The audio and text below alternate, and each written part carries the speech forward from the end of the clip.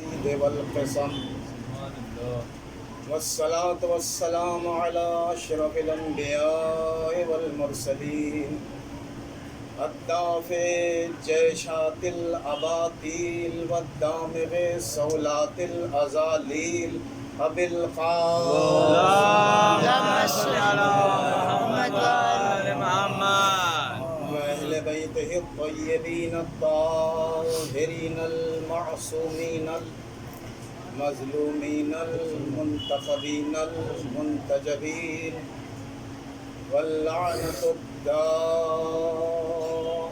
الباقية المتواترة المتوالية على أعدائهم أجمعين.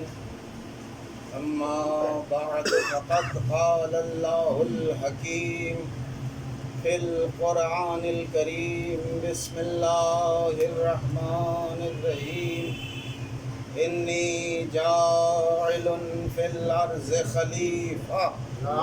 اللهم صل على محمد وآل محمد. ظاہر سے بات ہے،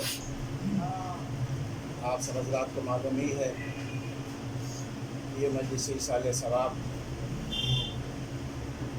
جن مرحومہ کے لیے منعقد کی گئی ہے،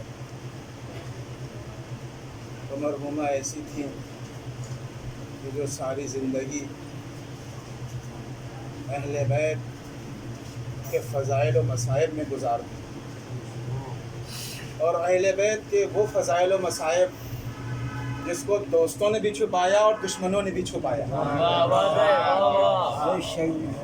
دوستوں نے اس لیے چھپایا کہ کہیں اگر سارے کمالات ظاہر نہ ہو جائے تو ان کو لوگ خدا نہ کہہ دیں، جبکہ اس کے باوجود بھی خدا کہہ دیا۔ اور دشمنوں نے چھپایا وہ حسد کی وجہ سے چھپایا کہ اگر ان کے سارے فضائل جو ہیں وہ عام ہو جائیں گے اور سب لوگ ان کو تسلیم کر لیں گے تو پھر ہم کو کون پوچھے گا، ہماری دال کیسے گلے گی۔ اللهم صل على محمد وآل محمد. یہ مرحومہ وہ ہیں کہ ان کی پوری زندگی محبت اہل بیت میں گزر گئی، اور آپ یاد رکھیں حضور سرور کائنات کا ارشاد گرامی ہے اللهم صل على محمد وآل محمد. کہ الا ومن مات علی حب آل محمد مات شہیدا، جو اہل بیت کی محبت میں مر جائے وہ شہید مرتا ہے۔ عزیزو، ہر اس بات کے لیے نفی کی ضرورت پڑتی ہے۔ جب یہ ارشاد ہوا کہ جو اہل بیت کی محبت میں مر جائے تو وہ شہید مرتا ہے، تو اگر کوئی اہل بیت کی محبت میں نہ مرے تو اس کا کیا عالم ہوتا ہے؟ فوراً حضور مقبول نے فرمایا الا ومن مات علی بغض آل محمد مات کافرا، جو اہل بیت کی محبت میں مرے وہ شہید مرا، اور جو ان کے بغض مرا وہ کافر مرا۔ اور کفر کا اور ایمان کا جو ہے عزیزو کوئی مقابلہ نہیں ہو سکتا۔ ایمان یعنی حق اور کفر یعنی باطل، اور کبھی بھی حق جو ہے وہ ہمیشہ بلند رہا ہے، اس کے اوپر کوئی چیز بلند نہیں کی گئی۔ الحق یعلو ولا یعلی علیہ، حق وہ ہے جس پر ہر چیز جس کے اوپر بلندی اس کو رہے، اور باطل وہ ہے جو مغلوب ہو جائے۔ تو وہ حق ہی کیا ہے جو مغلوب ہو جائے؟ وہ حق ہی کیا ہے جو مغلوب ہو جائے؟ حق اسے کہتے ہیں جو ہمیشہ غلبے کی منزل پر ہو اور غالب رہے۔ اور جب حق باطل پر غالب ہوتا ہے تو ہمارے جتنے بھی انبیاء ہوتے ہیں اور جتنے بھی ائمہ آتے ہیں وہ سب کے سب غالب ہی رہتے ہیں۔ اور جب سب کے سب غالب ہوا تو ان سب میں جو غالب ہو اسے غالب کل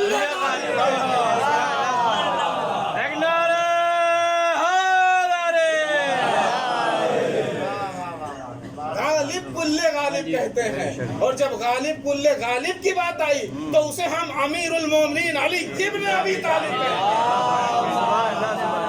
اور پھر یہ ابو طالب سے نسبت دیتے ہیں۔ دنیا کہاں تک ان کا پیچھا چھوڑے گی؟ ارے غدیر خم کے میدان میں جب خلیفہ دوم نے علی کو مبارکباد پیش کی تو ان کے باپ کا نام لے کر کے مبارکباد پیش کی۔ ارے خلیفہ دوم، یہ تم باپ کا نام کیوں لے رہے ہو؟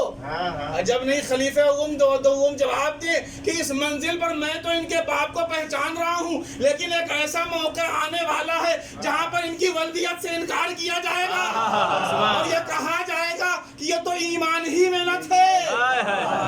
ارے جو ایمان میں نہ ہو، جو مومن نہ ہو، خدا اسی کو لیے وہ کہہ رہا ہے کہ علم یجد کے یتیمن فآوا،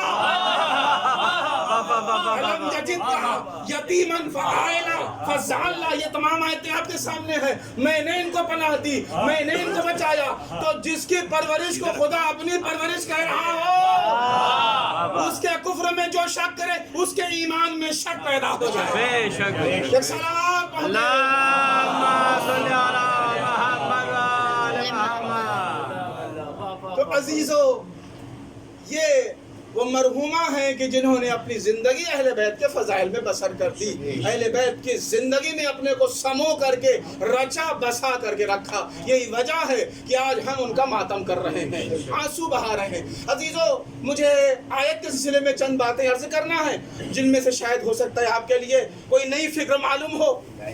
ارشاد خداوند عالم یوں ہو رہا ہے کہ انی جاعل فی الارض خلیفہ۔ اب میں تمہیداً یہ جملے کہہ دوں کہ یہ کس کا کلام ہے؟ یہ اس کا کلام ہے جو غالب کل غالب ہے۔ اب یہ غالب کل غالب علی ابن ابی طالب بھی ہے اور خداوند عالم بھی ہے، مگر وہاں پر غلبہ جو ہے وہ خالق کا ہے، یہاں پر غلبہ مخلوق کا ہے۔ جب خالق کے غلبے میں اتنی طاقت ہے کہ وہ مردے کو زندہ کر دے، تو غل غالب جو ہے، جو مخلوق غالب ہے، اس کے اندر بھی اتنی صفت پائی جاتی ہے کہ اگر وہ مردے کو ٹھوکر مار دے، اب کہتے زندہ ہو جا، تو اب بڑھیا لاکھ پریشان ہو۔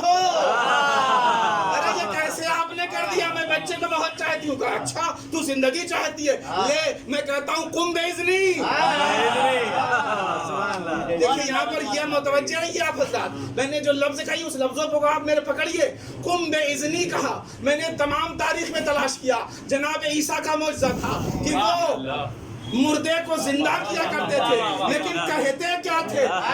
کہتے کیا تھے؟ لفظ کیا ادا کرتے تھے؟ تو ہم کو تاریخ میں یہ ملا کہ وہ قم بإذن اللہ کہتے تھے، اور مولائے کائنات جو تھے وہ قم بإذنی کہتے تھے، میری اجازت سے زندہ ہو جا، اور وہ یہ کہتے تھے اللہ کی اجازت سے زندہ ہو جا۔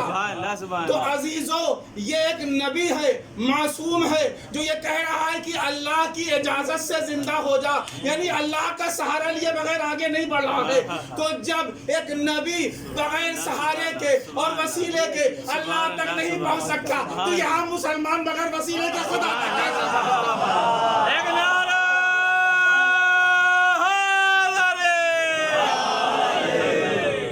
عام مسلمان میں کیا اتنی جرات ہے؟ کیا اتنی سکونیت پائی جاتی ہے؟ کیا اتنا جو ہے وہ روب و جلال ہے کہ وہ اپنی طاقت سے جو زندہ کر دے؟ نہیں نہیں، یہ خدا کی ہوئی طاقت، دی ہوئی طاقت ہے۔ تو عزیز ارشاد ہوا انی جاعل فی الارض خلیفہ۔ خداوند عالم کو دنیا میں ایک بستی بسانا، دنیا میں ایسے افراد کو بھیجنا ہے جو سب اس کی عبادت کریں، سب اس کی اطاعت کریں، اس کو ایک سلسلہ جاری کرنا ہے۔ اس وقت میں جن ہیں، پرندے ہیں، نباتات ہیں، جمادات ہیں، زمین اور آسمان سب ہیں، مگر عزیزو اب خدا بند عالم کو ایک ایسی حیثیت کو پیدا کرنا ہے جو یہ کہے کہ یہ سب ہمارے سامنے خلق ہوئے ہیں، یہ سب ہمارے سامنے آئے ہیں، ورنہ دنیا میں نہ جانے کیسے کیسے آئیں گے جو الوہیت کا دعویٰ کر بیٹھیں گے۔ کوئی فرعون کی شکل میں آئے گا، کوئی نمرود کی شکل میں آئے گا۔ تو خدا کو یہ موقع نہیں فراہم کرنا ہے کہ کوئی ایسا کہہ سکے۔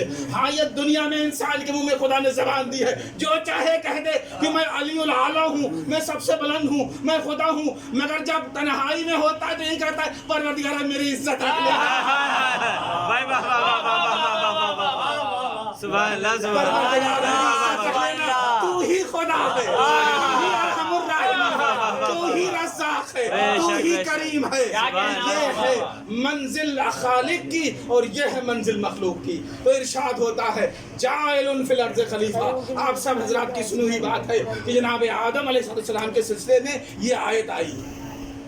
اب آپ سے میں سامنے ایک سوال رکھتا ہوں، آپ بھی سوچے غور کریں، میں بھی غور کرتا ہوں کہ پروردگار عالم کی قرآن مجید میں یہ سیرت مستمرہ ہے. اس کی یہ سیرت ہے کہ جب بھی وہ کسی نبی کا تذکرہ کرتا ہے تو لفظ جعلہ کے ذریعے سے کرتا ہے. بہت توجہ چاہتا ہوں، توجہ رکھے. لفظ جعلہ کے ذریعے سے کرتا ہے، لفظ جعل استعمال کرتا ہے. جیسے کہ آپ نے ابھی سنا انی جاعل فی الارض خلیفہ، سب کو یاد ہے جاعل فی الارض خلیفہ. آپ کہیں گے کہ صرف یہیں پر آپ رک گئے. میں نے کہا نہیں، یہاں پر نہیں رکا، ابھی اور آگے آیت پڑھتا ہوں. قرآن مجید میں جناب داؤد علیہ السلام کا تذکرہ ہے، جناب داؤد کا لحن موجود ہے. ان کے بارے میں قرآن مجید کی کیا آیت ہے؟ یا داؤد انا جعلناک، پھر وہی انا جعلناک خلیفۃ فی الارض. میں آپ کو زمین پر اپنا جانشین مقرر کرنے والا ہوں. ابھی میں روکا نہیں ہوں، اور آیت میں پڑھوں گا. جناب ابراہیم کا ذکر آپ دیکھیے تو وہاں اعلان ہوتا ہے کیا؟